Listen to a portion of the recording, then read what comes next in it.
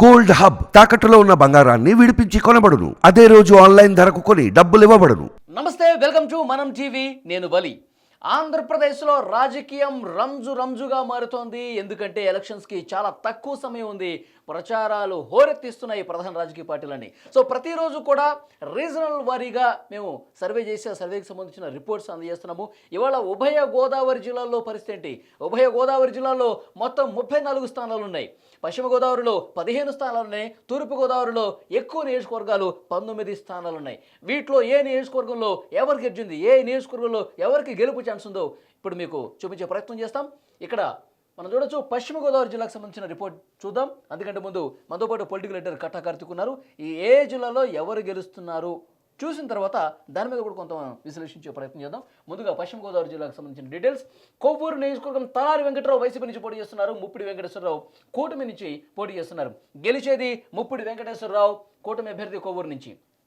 Nidadavolu B Srinivasa Reddy YCP అభ్యర్థి, కందుల దుర్గేష్ కూటమి. గెలిచేది కందుల దుర్గేష్, కూటమి అభ్యర్థిగా కనిపిస్తోంది నిడదవోలు. ఆచంట నియోజకవర్గం సిహెచ్ శ్రీరంగనాథరాజు వైసీపీ అభ్యర్థిగా పోటీ చేస్తున్నారు. పితాని సత్యనారాయణ కూటమి అభ్యర్థిగా పోటీ చేస్తున్నారు. ఇక్కడ గెలిచేది పితాని సత్యనారాయణ, కూటమి అభ్యర్థిగా తెలుస్తోంది. పాలకొల్లు గుడాల శ్రీహరి గోపాలరావు వైసీపీ అభ్యర్థి, నిమ్మల రామానాయుడు కూటమి అభ్యర్థి. ఇక్కడ నిమ్మల రామానాయుడు కూటమి అభ్యర్థి గెలుస్తున్నట్టుగా మాకు వచ్చినటువంటి సమాచారం. ఇక నరసాపురం నియోజకవర్గం ముదునూరి ప్రసాదరాజు వైసీపీ అభ్యర్థిగా పోటీ చేస్తున్నారు. బొమ్మిడి నాయకర్ కూటమి అభ్యర్థిగా పోటీ చేస్తున్నారు. గెలిచేది కూటమి అభ్యర్థి బొమ్మిడి నాయకర్గా తెలుస్తోంది. ఇక భీమవరంలో పరిస్థితి ఏంటంటే, గ్రంథి శ్రీనివాస్ పోటీ చేస్తున్నారు వైసీపీ నుంచి. పులపర్తి రామాంజనేయులు పోటీ చేస్తున్నారు కూటమి నుంచి. ఇక్కడ గెలిచేది మాత్రం పులపర్తి రామాంజనేయులు, కూటమి అభ్యర్థిగా మాకు వచ్చినటువంటి సమాచారం. ఇక ఉండి నియోజకవర్గం పరిస్థితి ఏంటంటే, పివిఎల్ నరసింహరాజు వైసీపీ అభ్యర్థిగా పోటీ చేస్తున్నారు. రఘురామకృష్ణరాజు కూటమి అభ్యర్థిగా పోటీ చేస్తున్నారు. రఘురామకృష్ణరాజే గెలవబోతున్నారు ఉండిలో అని మాకు స్పష్టమైనటువంటి సమాచారం వస్తుంది. మరికొన్ని నియోజకవర్గాలు చూద్దాం. పశ్చిమ గోదావరిలో తణుకు కార్మూరు నాగేశ్వరరావు వైసీపీ అభ్యర్థి, అరిమిల్లి రాధాకృష్ణ కూటమి అభ్యర్థి. గెలిచేది అరిమిల్లి రాధాకృష్ణ, కూటమి. తాడేపల్లిగూడెం కోట సత్యనారాయణ వైసీపీ అభ్యర్థి, బొలిశెట్టి శ్రీనివాస్ కూటమి అభ్యర్థి. ఇక్కడ కూడా కూటమి అభ్యర్థి గెలవబోతున్నారు. ఉంగుటూరులో పుప్పాల వాసుబాబు వైసీపీ అభ్యర్థి పోటీ చేస్తున్నారు. పచ్చమట్ల ధర్మరాజు కూటమి అభ్యర్థిగా పోటీ చేస్తున్నారు. పచ్చమట్లే గెలవబోతున్నారు కూటమి అభ్యర్థి. ఇక దెందులూరులో కొటారి అబ్బయ్య చౌదరి వైసీపీ అభ్యర్థి, చింతమనేని ప్రభాకర్ కూటమి అభ్యర్థి. ఇక్కడ గెలిచేది చింతమనేని ప్రభాకర్ కాదు, ఇక్కడ వైసీపీ అభ్యర్థి గెలుస్తున్నారు. కొటారి అబ్బయ్య చౌదరి గెలుస్తున్నట్టుగా సమాచారం వస్తోంది. ఇక ఏలూరులో ఆళ్లనాని వైసీపీ అభ్యర్థి, బడేటి రాధాకృష్ణ కూటమి అభ్యర్థిగా పోటీ చేస్తున్నారు. ఇక్కడ బడేటి రాధాకృష్ణ కూటమి అభ్యర్థి గెలవబోతున్నట్టుగా మా సర్వేలో తేలింది. ఇక గోపాలపురం నియోజకవర్గంలో హోంమంత్రి తానేటి వనిత వైసీపీ అభ్యర్థిగా పోటీ పడుతున్నారు. మద్దిపాటి వెంకటరాజు కూటమి అభ్యర్థిగా పోటీ చేస్తున్నారు. మద్దిపాటి వెంకటరాజు కూటమి అభ్యర్థి గెలవబోతున్నట్టుగా సమాచారం. ఇక పోలవరంలో తెల్లం రాజ్యలక్ష్మి వైసీపీ అభ్యర్థి పోటీ చేస్తున్నారు. చిర్రి బాలరాజు కూటమి అభ్యర్థిగా పోటీ చేస్తున్నారు. చిర్రి బాలరాజు కేస్ అక్కడ ఎడ్జ్ ఉన్నట్టుగా కనిపిస్తుంది. చిర్రి బాలరాజు గెలిచే అవకాశం ఉన్నట్టుగా తెలుస్తోంది. ఇక చింతలపూడిలో ఉన్నటువంటి సమాచారం, కంభం విజయరాజు పోటీ చేస్తున్నారు వైసీపీ నుంచి. సోరంగ రోషన్ పోటీ చేస్తున్నారు కూటమి అభ్యర్థిగా. రోషన్కి విజయ అవకాశాలు చాలా స్పష్టంగా కనిపిస్తున్నాయి. సో ఓవరాల్గా మొత్తం 15 నియోజకవర్గాలంటే ఇక్కడ మనకు కనిపిస్తుంది వైసీపీ ఒకటి. ఓన్లీ దెందులూరులో ఒక్క స్థానం మాత్రమే వైఎస్ఆర్ కాంగ్రెస్ పార్టీ గెలిచే అవకాశం కనిపిస్తుంది. మిగతా 14 స్థానాల్లో కూడా కూటమి అభ్యర్థులే గెలుపొందబోతున్నట్టుగా మాకు వచ్చిన ఇన్ఫర్మేషన్. కట్టా కార్తీక్ ఏం చెప్తారు? 15లో పశ్చిమ గోదావరిలో ఒక్క స్థానం మాత్రమే, అది కూడా చింతమనేని ప్రభాకర్ ఓడిపోతాడు, కొటారి అబ్బయ్య చౌదరి మాత్రం గెలుస్తాడని చెప్పేసి మనకు వచ్చిన సమాచారం. ఎట్లా చెప్తారు దీన్ని? ఫస్ట్ సెంటిమెంట్ ఉంది, ఈస్ట్ వెస్ట్కి సెంటిమెంట్ ఉంది. ఈస్ట్ వెస్ట్ జిల్లాలో ఎవరికి ఎక్కువ స్థానాలు వస్తే వాళ్ళే రాష్ట్రంలో అధికారంలోకి వస్తారు అని. ప్రత్యేకించి వెస్ట్ గోదావరి జిల్లాలో అక్కడ ఎవరైతే ఆధిపత్యం సదాయిస్తారో వాళ్ళే రాష్ట్రంలో అధికారంలోకి వస్తారని సెంటిమెంట్ రాష్ట్ర రాజకీయాల్లో బలంగా ఉంది. కొన్ని దశాబ్దాలుగా ఆ సెంటిమెంట్ ఉంది. దీన్ని బట్టి రాష్ట్రంలో ఎవరు అధికారంలోకి వస్తారో డిసైడ్ కావచ్చు. ఒకటి. ఇంకా దెందులూరులో కూడా అబ్బయ్య చౌదరికి ఉన్న మంచి పేరు, చింతమనేని ప్రభాకర్కు ఉన్న నోటి దూల, అది ఇవి కలిసి వచ్చేసి అబ్బయ్య చౌదరి గెలుస్తున్నారు. అంటే వ్యక్తిగత ప్రతిష్ట మాత్రమే ఇక్కడ కారణం. ఇక్కడ వాస్తవానికి ఈ జిల్లాలో కాపులు, రాజులు, ఎస్సీలు చాలా బలమైన ప్రాతినిధ్యం ఉంది. బీసీలు వాళ్ళు కాక. సో ఈ ప్రాతినిధ్యంలో, ఈ కార్యక్రమంలో బీసీలు ఎప్పుడు కూడా ఇక్కడ టీడీపీ వైపు ఉంటారు. తర్వాత కాపులు జనసేన పొత్తు వల్ల కూటమితో ఉంటారు. తర్వాత రాజులు రఘురామకృష్ణరావు తిరుగుబాటు తర్వాత వాళ్ళు కూడా పూర్తిగా జనసేన, టీడీపీ, బీజేపీ కూటమితో ఎమర్జ్ అయిపోయారు. సో అల్లూరి సీతారామరాజు సబ్బెట్టం, దానికి మోడీ కూడా రావటం, కూటమి ఇలా రాజుల తరపున ఉండటం అనేటువంటిది, రాజులు కూడా కూటమితో ఉండిపోయారు. సో కొంతలో ఎస్సీలో ఉన్నటువంటి ఒక సమాజ వర్గం కూటమితో ఉంటే, ఒక సమాజ వర్గం వైసీపీతో ఉంది. అంటే మేజర్ సెక్షన్స్ మొత్తం కూటమితో ఉండటం అనేది కూటమి విజయానికి కారణం. జనసేన టీడీపీ పొత్తు పెట్టుకోవడం అనేది ఇక్కడ చాలా పెద్ద, ఇప్పుడు ఎగ్జాంపుల్ ఇక్కడ ఇదే జిల్లాలో పోయినసారి భీమవరం నుంచి గంధి శ్రీనివాస్ మీద పవన్ కళ్యాణ్ పోటీ చేశాడు. కానీ 2019 ఎన్నికల్లో ఓడిపోయాడు. ఓడిపోయిన కారణం ఏంటంటే ఆ రోజు టీడీపీ విడిగా పోటీ చేయటం, జనసేన విడిగా పోటీ చేయటం. ఆ ఇద్దరు ఓట్ బ్యాంక్ కలిపితే గంధి శ్రీనివాస్ కంటే ఎక్కువ ఉంది. కాబట్టి ఈసారి ఆ పరిస్థితి లేదు. జనసేన టీడీపీ పొత్తులో వెళ్తున్నాయి కాబట్టి 2014 నాటి సిచ్యువేషన్ ఉంది కాబట్టి ఖచ్చితంగా ఈ జిల్లాలో దాదాపు క్లీన్ స్వీప్ చేసే పరిస్థితి. ఒక దెందులూరు మాత్రం కష్టంగా ఉంది. అది చింతమనేని ప్రభాకర్ చివరిదాకా టికెట్ ఇస్తారా లేదా అనే డౌట్. రెండోది అబ్బాయి చౌదరి కూడా మంచి పేరు. కూటమి 3 పార్టీలు ఉండేసరికి ఆ 3 పార్టీల బలం కలిసి వైసీపీని ఓడించే పరిస్థితి చాలా స్పష్టంగా ఉందంట. అంటే సామాజిక సమీకరణలు కూడా ఈ జిల్లాలో కూటమి కలిసి వస్తున్నాయి. ఓకే, ఇక తూర్పుగోదావరి జిల్లా చూద్దాం. కట్టగారిది తుని నియోజకవర్గం దాడిశెట్టి రాజా వైసీపీ నుంచి పోటీ చేస్తున్నారు. యనమల దివ్య పోటీ చేస్తున్నారు కూటమి నుంచి. సో వైసీపీ అభ్యర్థి అక్కడ గెలుస్తున్నారు దాడిశెట్టి రాజా. ప్రతిపాడు నియోజకవర్గం వరుపుల సుబ్బారావు, వరుపుల సత్యప్రభ. వరుపుల సుబ్బారావు వైసీపీ నుంచి, వరుపుల సత్యప్రభ కూటమి నుంచి పోటీ చేస్తున్నారు. గెలిచేది కూటమి అభ్యర్థిగా తెలుస్తోంది ఈ సత్యప్రభ. పిఠాపురం నియోజకవర్గంలో వంగగీత వైసీపీ అభ్యర్థి, పవన్ కళ్యాణ్ కూటమి అభ్యర్థిగా నిలబడ్డారు. సో కూటమికే ఛాన్సెస్ ఉన్నాయి. పవన్ కళ్యాణ్ గెలుపొందబోతున్నట్టుగా తెలుస్తోంది. కాకినాడ రూరల్ కురసాల కన్నబాబు వైసీపీ నుంచి, పంతం నానాజీ కూటమి నుంచి. గెలిచేది పంతం నానాజీ కూటమి అభ్యర్థిగా సమాచారం. పెద్దాపురం నియోజకవర్గం దావులూరి దొరబాబు వైసీపీ నుంచి, నిమ్మకాయల చినరాజప్ప కూటమి అభ్యర్థిగా పోటీ చేస్తున్నారు. నిమ్మకాయల చినరాజప్పకే అక్కడ ఎడ్జ్ ఉంది, గెలుపు అవకాశం ఉన్నట్టుగా సమాచారం. ఇక అనపర్తి నియోజకవర్గం సత్తి సూర్యనారాయణ రెడ్డి వైసీపీ నుంచి, నల్లమిల్లి రామకృష్ణారెడ్డి కూటమి అభ్యర్థిగా పోటీ చేస్తున్నారు.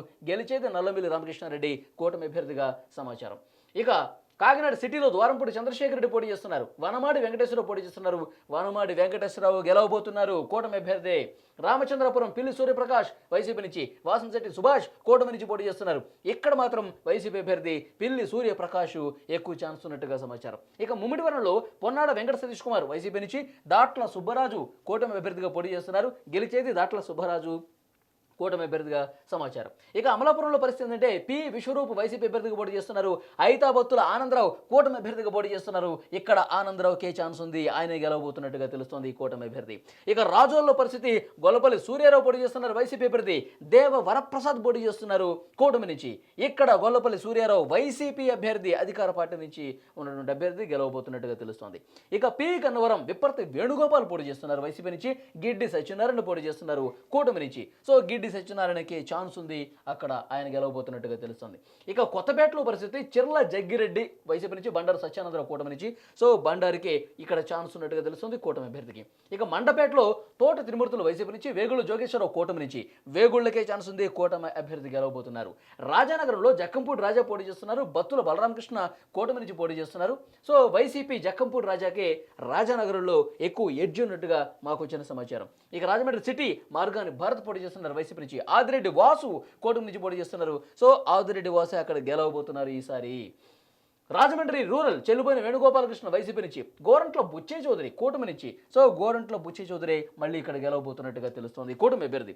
ఇక రంపచోడవరం నాగులపల్లి ధనలక్ష్మి వైసీపీ నుంచి పోటీ చేస్తున్నారు. మిరియాల శిరీష కూటమి అభ్యర్థిగా పోటీ చేస్తున్నారు. ఇక్కడ మాత్రం గెలిచేది అధికార పార్టీ అభ్యర్థి నాగులపల్లి ధనలక్ష్మి రంపచోడవరంలో గెలవబోతున్నట్టుగా తెలుస్తోంది. ఇక జగ్గంపేటలో తోట నరసింహ పోటీ చేస్తున్నారు వైసీపీ నుంచి. జ్యోతుల వెంకటపారావు అలియాస్ జ్యోతుల నెహ్రూ ఆయన కూటమి అభ్యర్థి, ఆయనే గెలవబోతున్నారు జగ్గంపేటలో మనకు వచ్చినటువంటి సమాచారం. సో ఓవరాల్గా 19 నియోజకవర్గాలు తూర్పుగోదావరి జిల్లాలో ఉన్నాయి. సో వైసీపీ గెలిచింది 1, 2, 3, 4, 5 స్థానాలు. సో 19లో 5 అంటే 14 కూటమి అభ్యర్థులు గెలుస్తున్నారు తూర్పుగోదావరి జిల్లాలో.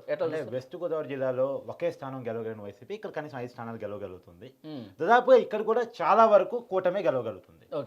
80% కూటమే గెలవబోతుంది. 20% వైసీపీ తన ప్రభావం చూపించుకోగలుగుతుంది అని చెప్తున్నా కదా. ఇందాక చెప్పినట్టు వెస్ట్ గోదావరిలో ఏ సామాజిక సమీకరణలు ఉన్నాయో ఈస్ట్ గోదావరిలో కూడా దాదాపు అదే సామాజిక సమీకరణలు.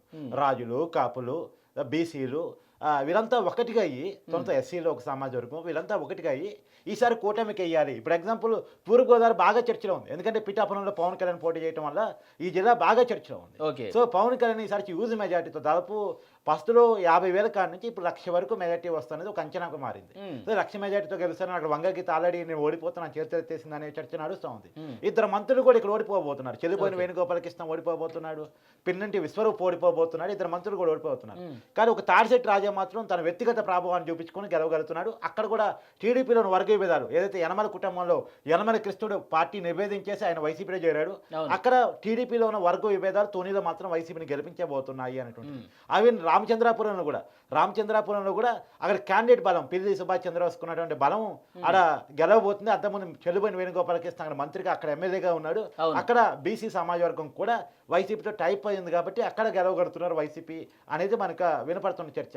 తర్వాత జక్కంపూడి రాజానగరంలో గెలవబోతున్నాడని ఇవన్నీ వ్యక్తిగత ప్రతిష్టల ఆధారంగా అంటే ఆ వ్యక్తికున్న బలాబలాల ఆధారంగా తోడైతే మాత్రమే గెలవగలుగుతున్నారు తప్ప ఇక్కడ పార్టీ బలంగా చూసినప్పుడు కూటమి వర్సెస్ వైసీపీ చూసినప్పుడు ఖచ్చితంగా కూటమి వైపే జనం మొగ్గు చూపారు. గెలిచే కొద్దిమంది కూడా ఏంటంటే వాళ్ళు పర్సనల్గా వాళ్ళకు ఉన్నటువంటి ప్రతిష్ట, వాళ్ళు చేసినటువంటి మంచి కావచ్చు.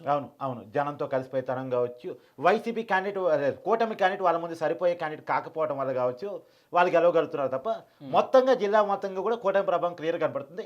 ఈస్ట్ వెస్ట్ జిల్లాలు మాత్రం కూటమి ప్రభావాన్ని చూపిస్తున్నాయి.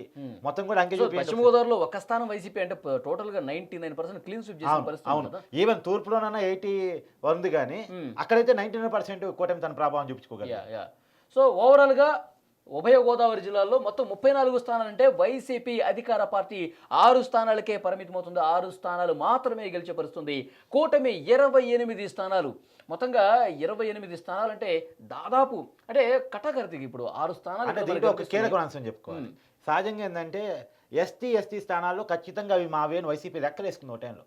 నిజంగా పోయినసారి ఒక రాజోలు తప్ప ఇప్పుడు కూడా రాజులు కాకపోతే వైసీపీ గెలుస్తుంది, పోయినసారి జనసేన గెలిచింది కానీ అది కూడా వ్యక్తిగత పరిస్థితి. టీడీపీ నుంచి పోయినసారి పోటీ చేసిన గొల్లపల్లి సూర్యరావు అతను వైసీపీ పార్టీలో పోవటం వల్ల గెలుస్తున్నాడు కానీ సో మొత్తంగా జరుగుతున్న రాజకీయ పరిణామం చూడండి. మొత్తం రిజర్వ్ నియోజకవర్గాలు మొత్తం కూడా కూటమి కొట్టుకోగలుగుతుంది. ఒకనాడు అవన్నీ వైసీపీ కంచుకోట్లు, ఆ కంచుకోటను బద్దలు కొట్టి ఈస్ట్లో వెస్ట్లో ఉన్నటువంటి అమలాపురం లాంటి రిజర్వ్డ్ స్థానాలన్నీ కూడా ఈసారి కూటమి కొట్టుకోగలుగుతుంది. సో మెజారిటీ స్థానాలు 34లో 28 కూటమి ఇక్కడ గెలవబోతున్నట్టుగా మాకు వచ్చినటువంటి clear cut information. So regional వారీగా ప్రతిరోజు కూడా ఏ ప్రాంతాల్లో ఏ పార్టీ అధికారంలో అంటే ఎక్కువ స్థానాలు గెలవబోతుంది, అంటే కూటమి ఎక్కువ స్థానాలు గెలుస్తుందా, అధికార వైసీపీ గతంలో గెలిచిన స్థానాలు పోగొట్టుకునే పరిస్థితి చాలా స్పష్టంగా మాకు వచ్చినటువంటి సమాచారాన్ని బట్టి అర్థమవుతుంది. సో మరికొన్ని జిల్లాలకు సంబంధించిన ఇన్ఫర్మేషన్ కూడా మీకు అందించే ప్రయత్నం చేస్తాం. ఇప్పుడు ఉభయ గోదావరి జిల్లాల విషయానికి వస్తే కనుక దాదాపు కూటమి క్లీన్ స్వీప్ చేసేటువంటి పరిస్థితి చాలా స్పష్టంగా కనిపిస్తుంది. 90% పరిస్థితి అయితే ఇక్కడ కూటమికి చాలా అనుకూలంగా ఉన్నటువంటి సిచ్యువేషన్ అయితే ఉంది.